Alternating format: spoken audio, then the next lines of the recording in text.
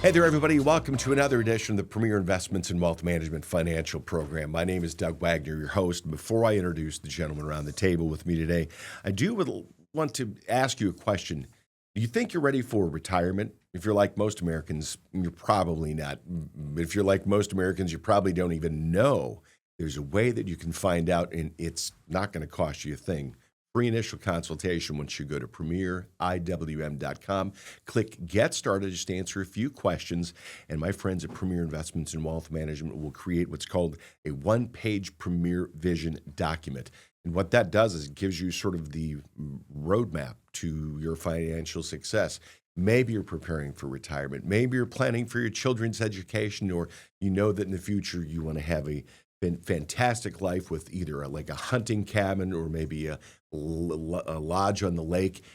That money just isn't going to grow on trees. You need to invest wisely in order to make that happen. And they can help you do this at Premier Investments and Wealth Management. Again, premieriwm.com.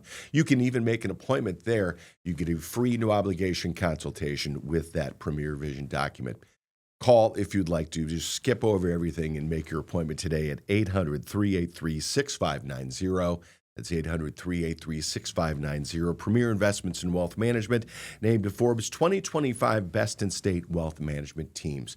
Next to me, wearing blue as well, he's the new sheriff in town, Vice President, Wealth Advisor, Premier Investments and Wealth Management, Elias Randall. How you doing, Elias? Excellent, Doug. How are you? Doing awesome. Glad to see you. We matchy somewhat today. A little bit. Thank you for wearing a blue shirt for the show. Blue shirt. Yeah, exactly. Next to him, wealth advisor with over 30 years of experience in the investment industry, my buddy Jonas. How you doing, Doug. Jonas Everett? How's it going, Wags? Well, nice new haircut. I like that. Thank you. Fresh. Yeah, thank Well you very done. much. Good deal.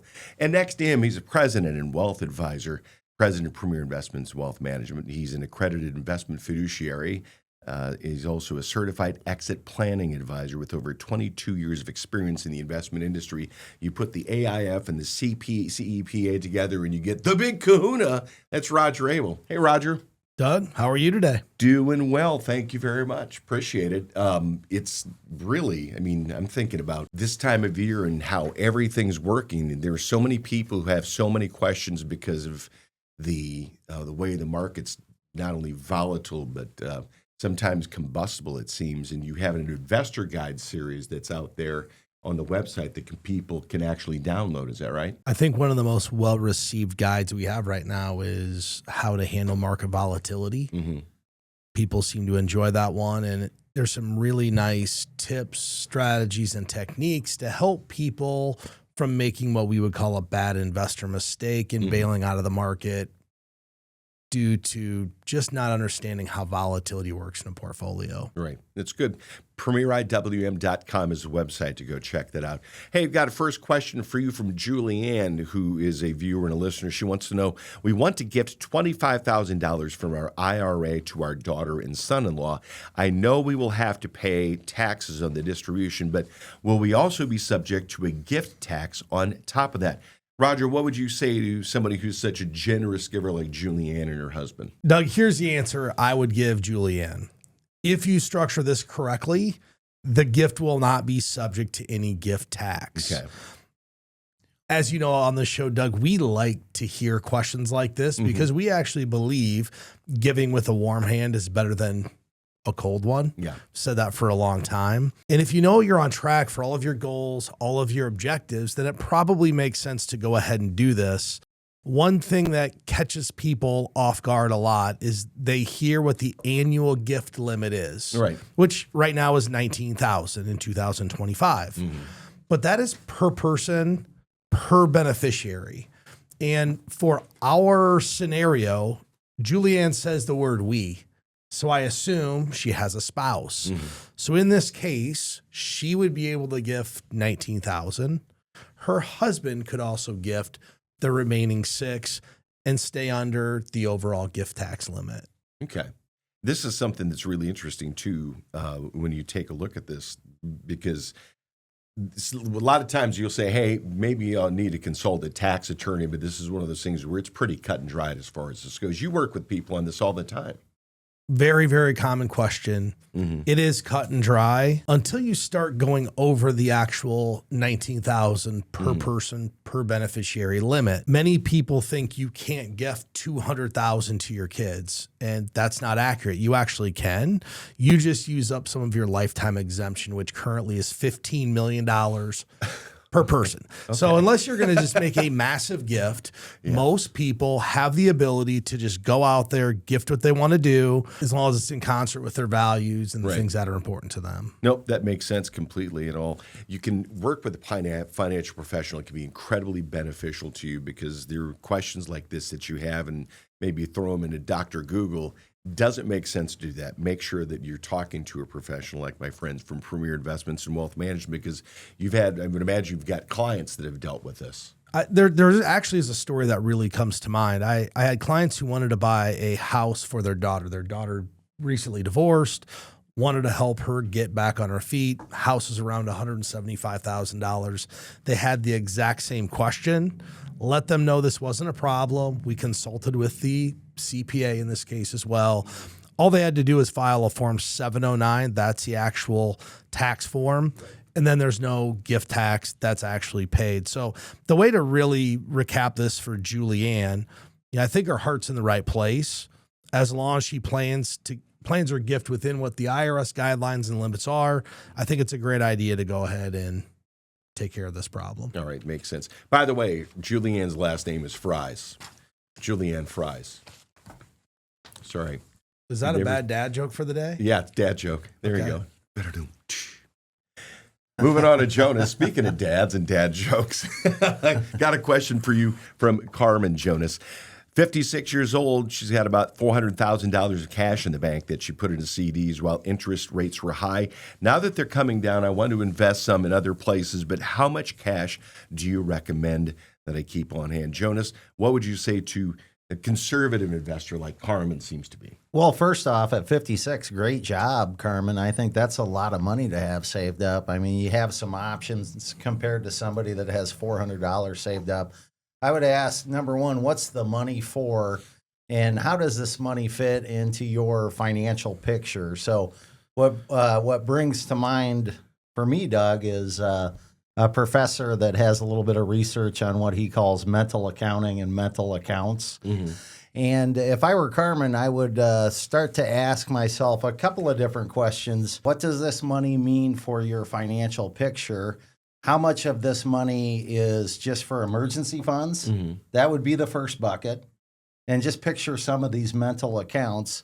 The second bucket would be maybe something as far as vacations, having a little bit of fun. And then the third bucket would be some investments. So just kind of picture yourself, Carmen, looking at this $400,000 and saying, how can I divvy this up for those three things? Do I need some emergency money, or do I already have it? Do I need some money to take a vacation? Yeah. Or do I need some investments or retirement money?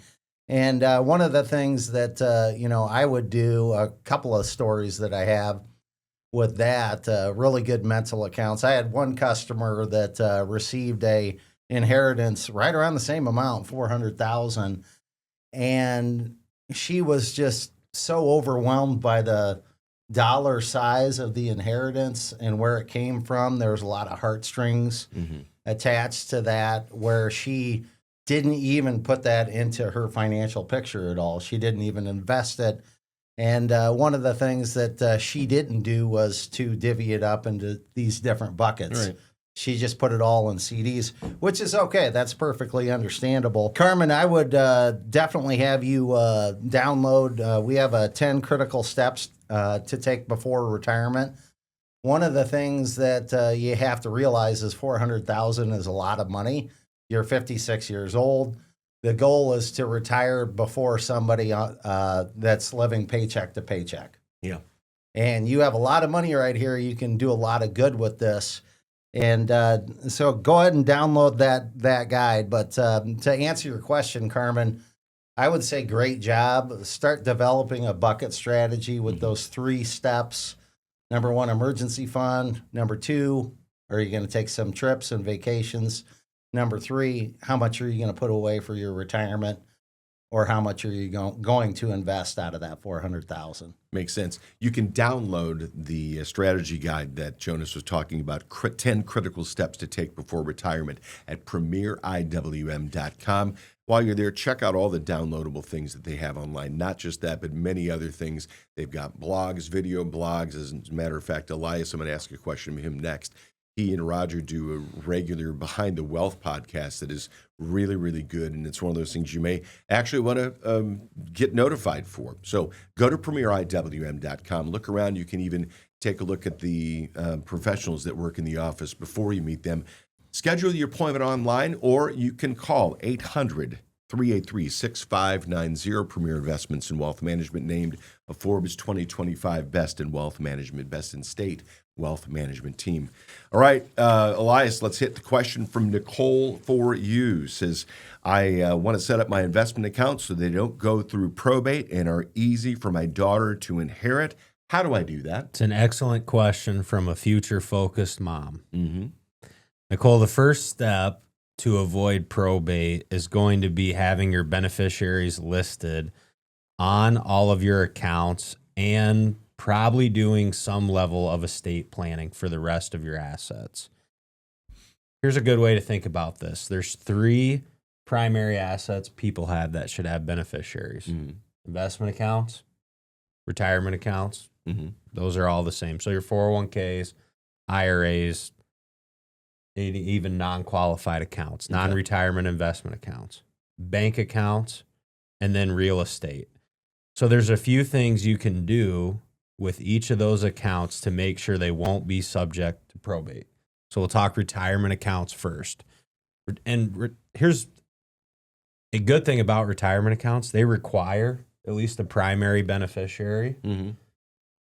So hopefully in this case, because Nicole wants the money to go to her daughter is the primary beneficiary of any retirement accounts that she has. It's possible, if she hasn't reviewed that for a long time, maybe her parents are, Mm-hmm. or maybe a partner or a spouse, whatever that may be. So reviewing that, making sure it's correct. For your bank accounts and non-retirement accounts, you can typically add what's called a transfer on death or a payable on death endorsement. Okay. And any bank, any financial institution should have a form that you can fill out to do that.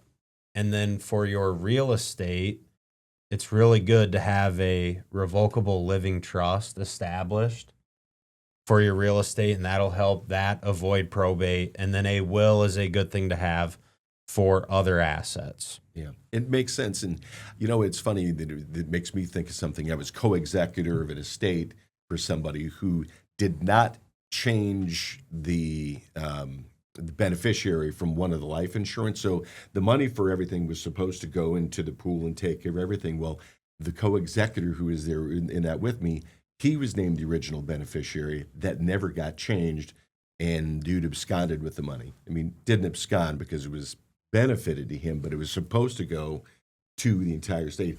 I mean, you got to remember to do these things. So the purpose of the money in your story was to help settle all of the estate, and were multiple people supposed to get some money, or just was supposed to cover expenses? Multiple people. It was, the whole But thing. one person was listed as the beneficiary. That's correct. So then that could be a simple misunderstanding of someone not understanding that, hey, the beneficiaries take precedence over the will that you have.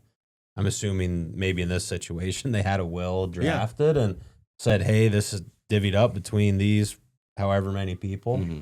With that life insurance you said. So the life insurance designated that person as the beneficiary. So they're going to keep the money, or they will inherit it. Right. And then what they do with it's up to them. Exactly. Now, one of the things I know that's like every year, at least once a year, I rebalance my portfolio.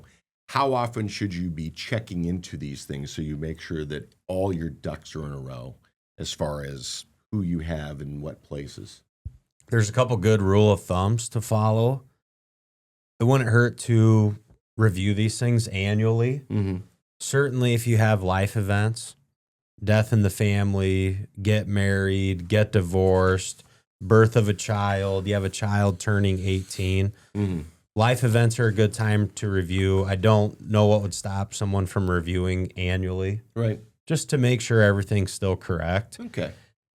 I think here's the takeaway, and here's what I would do if I was listening to this and I'm thinking, you know what, I'm not sure if I've done that.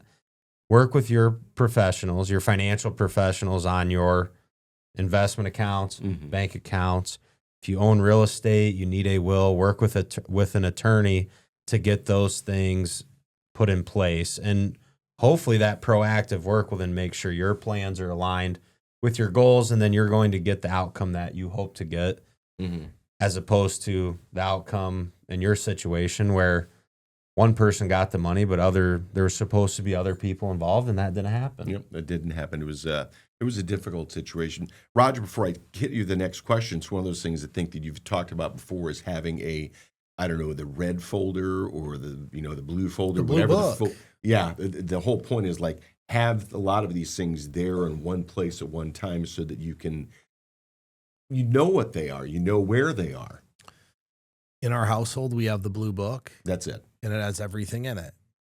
One of the nice things about getting a financial plan done is it forces you to get these documents organized. When you do a plan, all of those policy numbers, account statements, beneficiaries, all of it gets reviewed. So that's one of the benefits of doing this financial plan is organization, knowing where it's at. Even if we have a customer that we don't do the insurance for them, we know that it exists.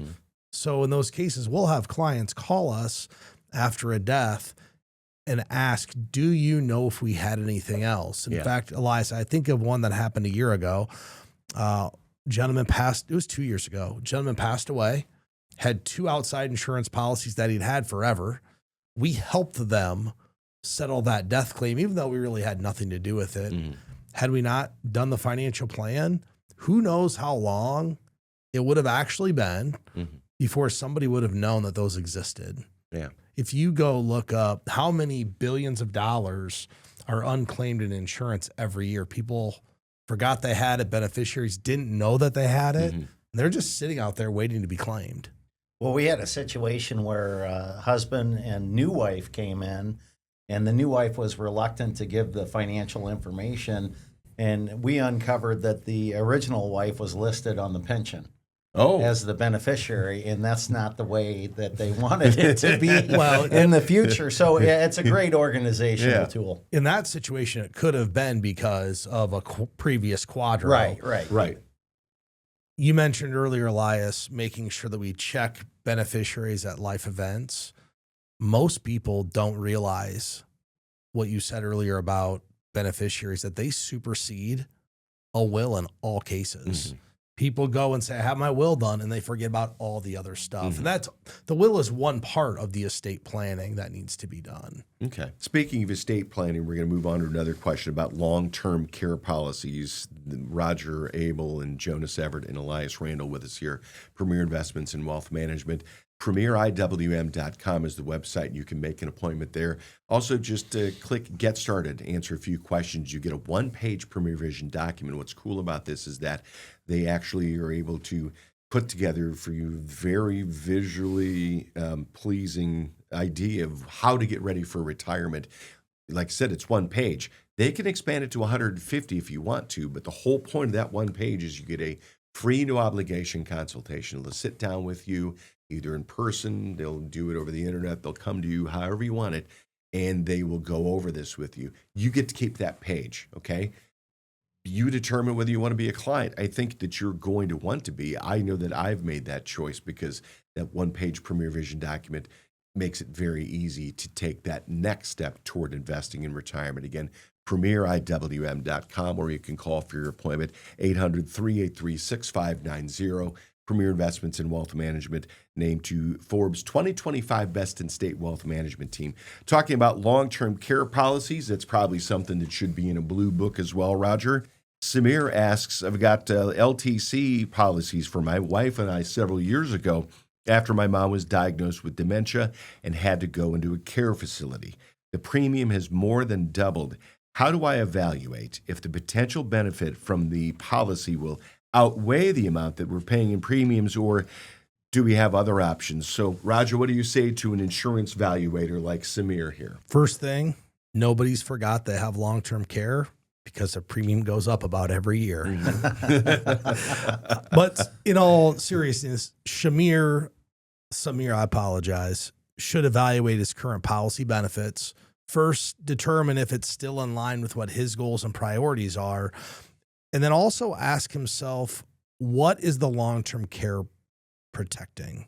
Because ultimately that's why we're buying long-term care, is to transfer risk of spending our assets to protect those in the case that we go to a care facility. Okay. And over the last 2 decades, long-term care has changed drastically, not only in the premiums, but the benefits that are offered and the types of policies that are offered.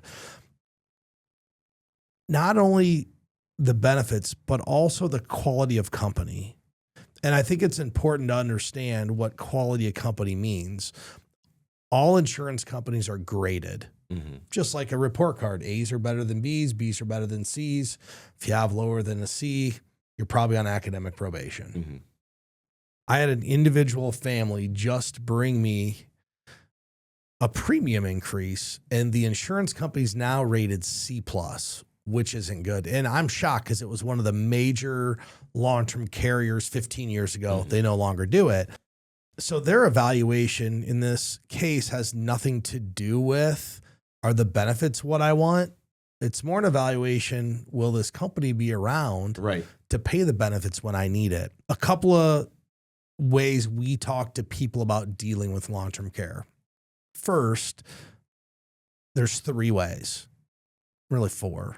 One, you could ignore there's a problem, which is really what the vast majority of people do. And it's probably not the most mature way to deal with it, but that's what most people do. The second way to take care of long-term care is you can go on to Title 19. You spend down your assets to basically zero, then the state pays for you. And for a lot of people, that is likely the best option. 3, you can self-insure. So what does that mean?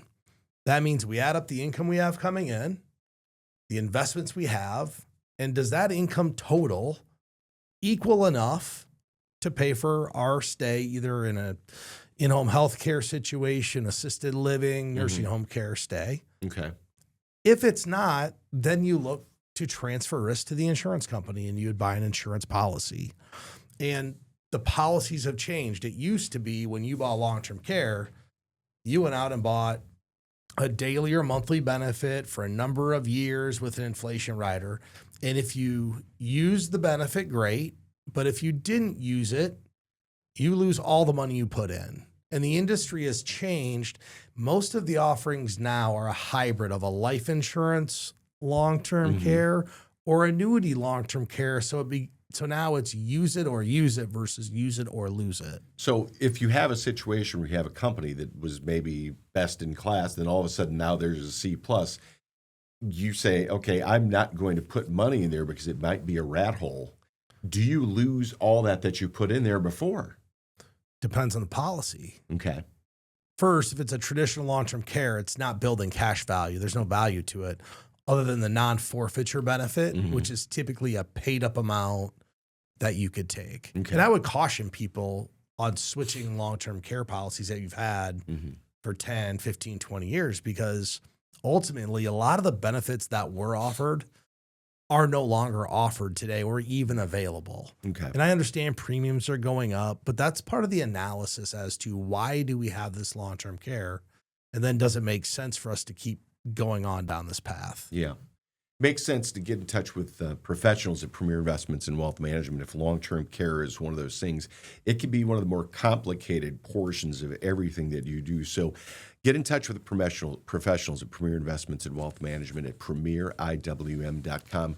Schedule that meeting with them. You can do it online or you can do it by phone at 800-383-6590. That's 800-383-6590. While you're at that website at premieriwm.com, they've got lots of investor guides that are out there as well that are very important for you to take a look at.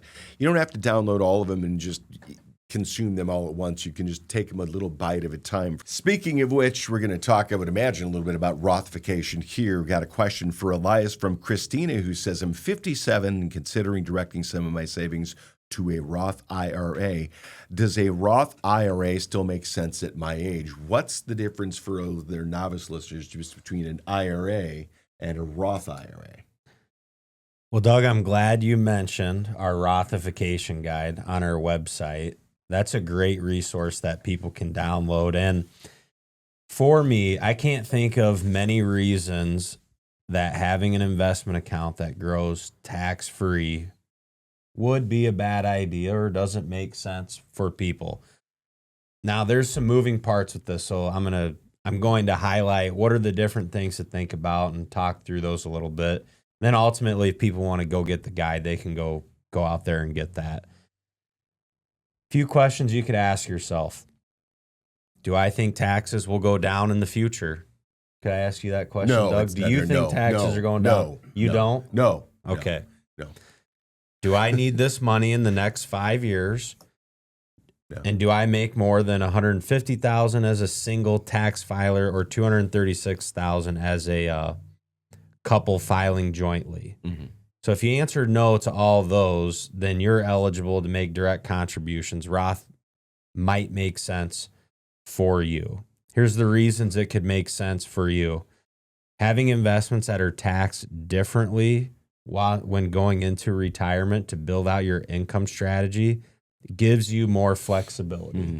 The 3 account types are tax deferred. That's traditional 401k, traditional IRAs. Tax-free or after-tax, some people refer to as Roth IRA, Roth 401k, and then your taxable brokerage accounts, bank accounts, CDs.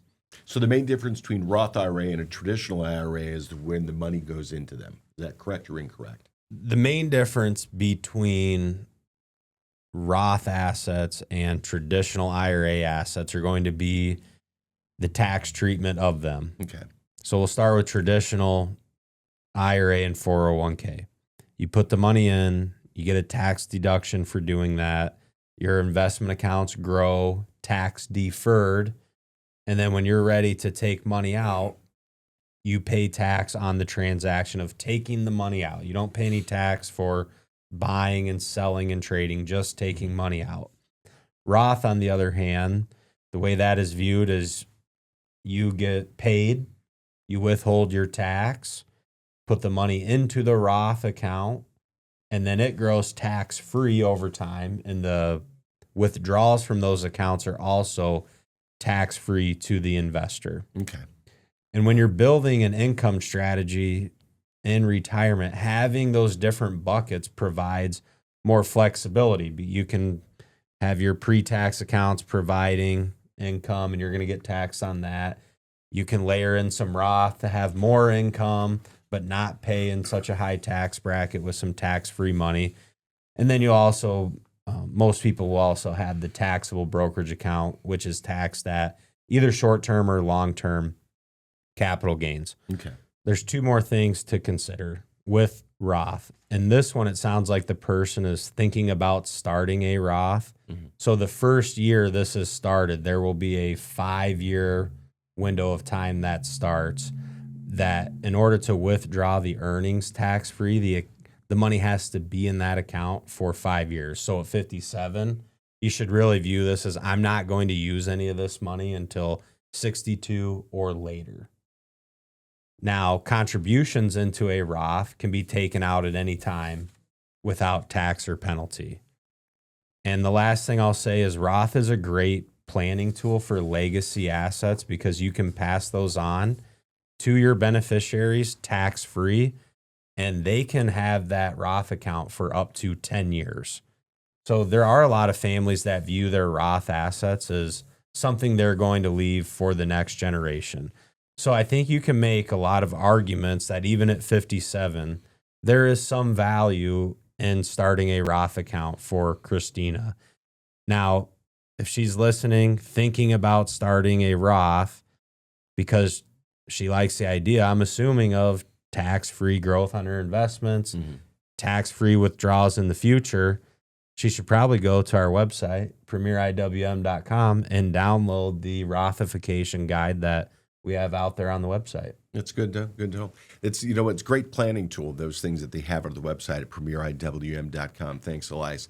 Another great planning tool is a financial plan. If you're like most Americans, you don't have one, you can get one. It's one of those things where why make it on your own when there's a professional who's out there who's able to do it. You have medical issues, go to a doctor, legal issues, you go to a lawyer. If you want to build investments for the future, come to see wealth advisors, professionals who do this for a living at Premier Investments and Wealth Management. That's premieriwm.com, or call 800-383-6590. Over to Jonas and a question from Anthony, who says, we're 58 and we're debating whether to pay off our mortgage. We have a relatively low interest rate before retirement or keep investing. So they're thinking about, should we pay this off before we retire, keep investing?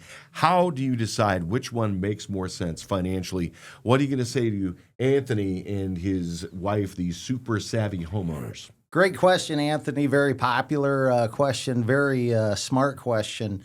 At age 58, the simple answer that I have is yes. We really like it when people have their mortgage paid off. What's happening is you're going to have less risk in retirement. You're going to have a less margin for error. You're going to be retired on a fixed income, so you're going to eliminate that payment. One of the things that you can go through these 4 different steps is paying off that mortgage going to mess up your retirement cash flow. So in other words, is that taking out a lump sum out of your portfolio, is that going to mess up your retirement in some way? One of the things that having a paid off mortgage is going to do is that's going to eliminate the risk of you having to take any payments or any withdrawals out of your investment accounts. And so, Doug, one of the things that, one of the benefits that does, if you're not having to take income right away from your investment accounts, reminds me of 2 different years, 2020 and 2022. In 2020, the market went down 43%. In 2022, we had a bear market. The market went down 25%. You don't really want to have to take withdrawals out of your investment accounts if you don't need to. And really, a couple of the last details, Anthony, and this is a great idea. I really think it is. It's a really simple financial planning tool. The math might not be there to justify it. So in other words, you might have a 2.9 or a 3.9% mortgage, but mentally, a lot of my customers pay their mortgage off before retirement, Doug, because they're just able to sleep better at night. Yeah, and that's the big thing, is being able to sleep better at night. But I mean, really what it comes down to is there's no one-size-fits-all solution to this. It helps to have a financial plan and get in touch with somebody who has the software to do it, has been through this, because you have one mortgage. This is the first time you've probably been through this at your age to pay this down. They have clients that have done this dozens, hundreds of times, thousands of times. They can help you work your way through the decision. Ultimately, it's going to be yours, just like your decision to get in touch with Premier Investments and Wealth Management to make that appointment for that financial plan today. Get in touch with Jonas or Elias or Roger to do that at premieriwm.com or call 800-383-6590. Premier Investments and Wealth Management, named to Forbes 2025 Best in State Wealth Management Teams. Let's see, we've got a question here from Lee for Mr. Kahuna, the big Kahuna. Roger, I bought several shares of a stock several years ago. I wonder which one. Yeah. The gains have been significant. Oh, I've got an idea. Okay. I plan on spending most of my assets in retirement because I don't have kids or anyone to leave the money to. Is there a good strategy to manage the taxes on the gain? Roger, you're talking to somebody who, we hear this all the time when we take phone calls. So there's been a number of stocks over the last decade, even the last 20 years, that just appreciated immensely in value. And individuals are trying to figure out a way, how do I exit the stock, get more diversification without getting creamed on the taxes? And it's relevant. The first thing everybody should do is understand how long-term capital gains rates work. That is how you will be taxed on these investments if you've held them longer than a year. I assume it's more than a year, as he said several years ago. If you're an individual and you make up to $48,000, there's no capital gains tax on it. So if you make up to $48,000 in capital gains on that. No, total income. Total income? Yeah. Okay, thank you. So I we have an appreciate you individual straightening making that out for me. $25,000 a year. They're retired.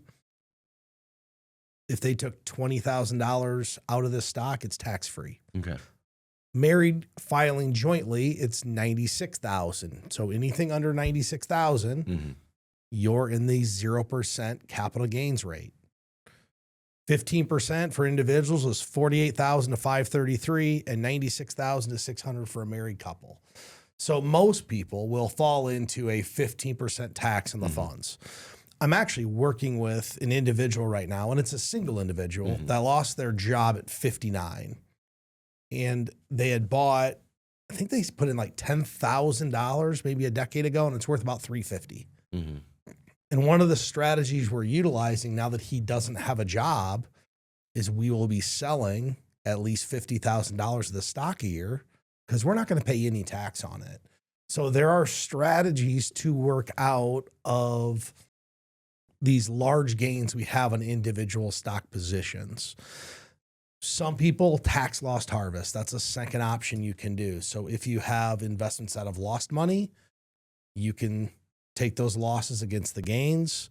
If you have charitable intent, which in this case, they don't have any kids, but that doesn't mean that they don't have the intent of charitable gifting. Right. You can gift those shares of stock. We have a foundation we work with that they have one donor who gifts stock every single year. We know it's not a lot, but it's 10,000. And that's how that individual is taking care of a large gain on a stock position that they have. Okay. Either way, however you do it, you have to coordinate with an advisor and make sure it makes sense as to when you're selling, how you're selling. Joan, it's one of the things we've always talked about in this office is that not selling something solely for taxes shouldn't be a reason for not selling. If something's went parabolic, it could go down 15% in a year, and that would have been the same as you just selling. So don't just say, I'm not going to sell because I don't want to pay tax. In some cases, sell, pay the tax, get your portfolio more diversified, because likely this is a large percentage of Lee's assets. If it has a lot of appreciation, he's worried about paying taxes on it. Right. And I like the way you put that, is that paying taxes is not the be all end all when it comes to everything that's done. And that's the kind of, sensible idea you're going to get from our friends at Premier Investments and Wealth Management when you sit down and talk with them about situations like this, trying to fit your retirement goals and what you want to expose yourself to in taxes, or maybe even take a little bit off the table. It depends on how everything works out. Get in touch with them at 800-383-6590. Elias going to come to you for the next question. Will wants to know, is it possible to use my money from my IRA to flip houses, then return it within the 60-day window? Sounds dangerous to me. Wow. What's this guy's name? Yeah, Will. Where there's a Not will, my there's a way. Hoofda. We're back on the farm. Exactly. We receive a lot of questions about real estate. At the end of the day, we believe your investment portfolio and real estate portfolio should complement each other. So I'm going to talk through some of the challenges of using IRA money to flip a house. So, short answer, Doug, yes, technically it is possible. Not very practical. Okay. And we'll talk about the reasons why. So you can execute what's called an indirect rollover, and it has a 60-day window of time. So, Doug, if you wanted to, you could take money from your IRA, you could spend it, leave it in the bank, do anything you want with it. And if you return that to the IRA within 60 days, you can file your taxes as that being an indirect rollover, and it won't reflect as a distribution or a withdrawal from the account. Okay. So let's talk about this scenario. I'm going to take money from an IRA to flip a house. Here's a couple questions. Does flipping a house have a guaranteed timeline? Who can, and it's a house flip, right? This isn't HGTV. This does not happen in a 60-minute episode. Wait a minute. Go ahead. Go I ahead. mean, it's not done in 5 days. I know people who think it's going to be done in 5 days, and you know who I'm referring to. Trust me, the show's on TV. There are crews doing all that work, and that's how it gets done in a commercial break. Our friend who likes to fix up places, his son bought a new house.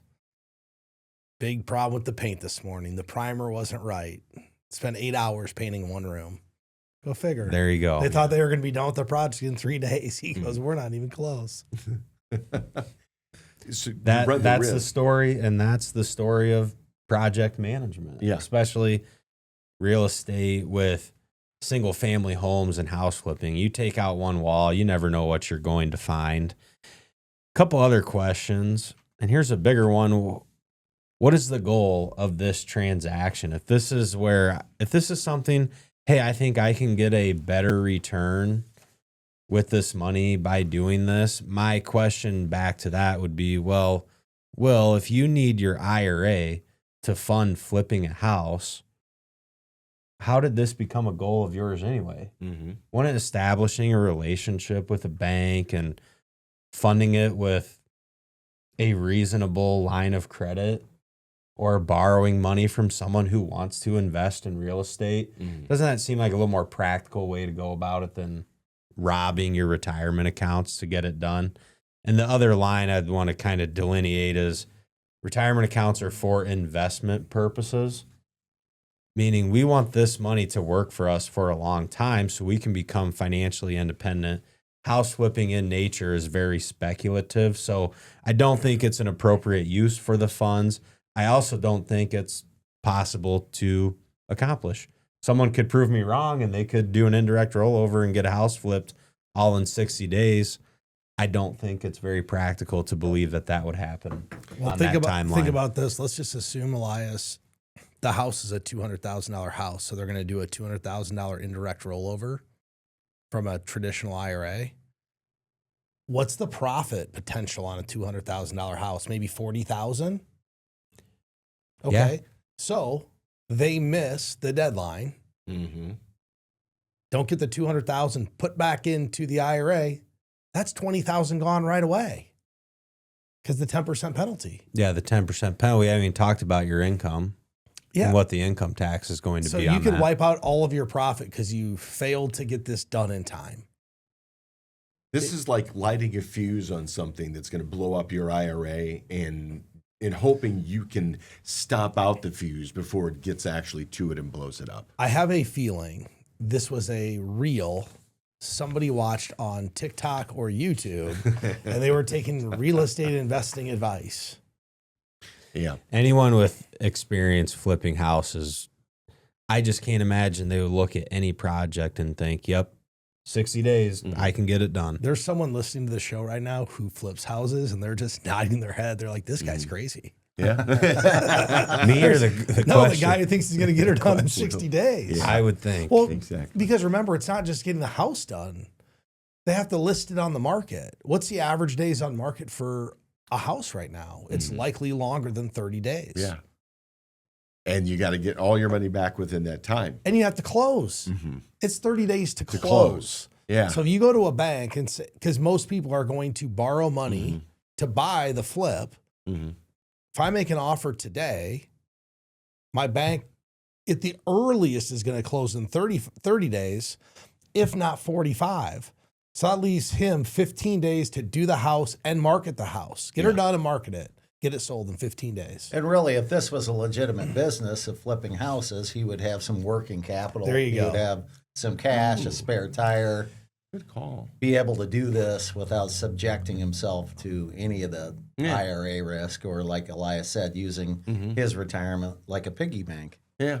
I think it's really clear. Yeah. Well, I he think can't this afford is to flip a house. No. No, don't do it. See, this is why you get level-headed conversation, and it's back and forth. They're going to start looking into this and dig into this stuff with you when you bring questions to them, either over the phone at 800-383-6590, or you can do it on the website, premieriwn.com, and just go tippity-tap and keyboard until you get it all in there. And they'll get back to you. Or maybe you do it in the context of a meeting as well. What I suggest you do is go to premieriwm.com, click on Get Started, answer a few questions. They'll provide a one-page Premier Vision document. They'll sit down with you to help you get an understanding. They'll listen to you, find out what your goals are, what your resources are, what your timeline is, what your obstacles you need to overcome are, and they will help you determine what makes sense as far as moving forward for that investment, for your retirement, your children's education. Maybe you want to fund a business in the future for you, a small business for yourself or somebody you love. All legitimate questions, but it makes sense to get in touch with the professionals first, sit down with them, and let them walk through you with it, just the way they did with Will's issue right here. Get in touch with my friends at Premier Investments and Wealth Management at premieriwm.com or call 800-383-6590. For Elias, for Jonas, for Roger the Big Kahuna, and for Molly, producer, I'm Doug Wagner. Thanks for checking in with us. We'll see you again next week. Securities and advisory services offered through LPL Financial, a registered investment advisor, member FINRA SIPC.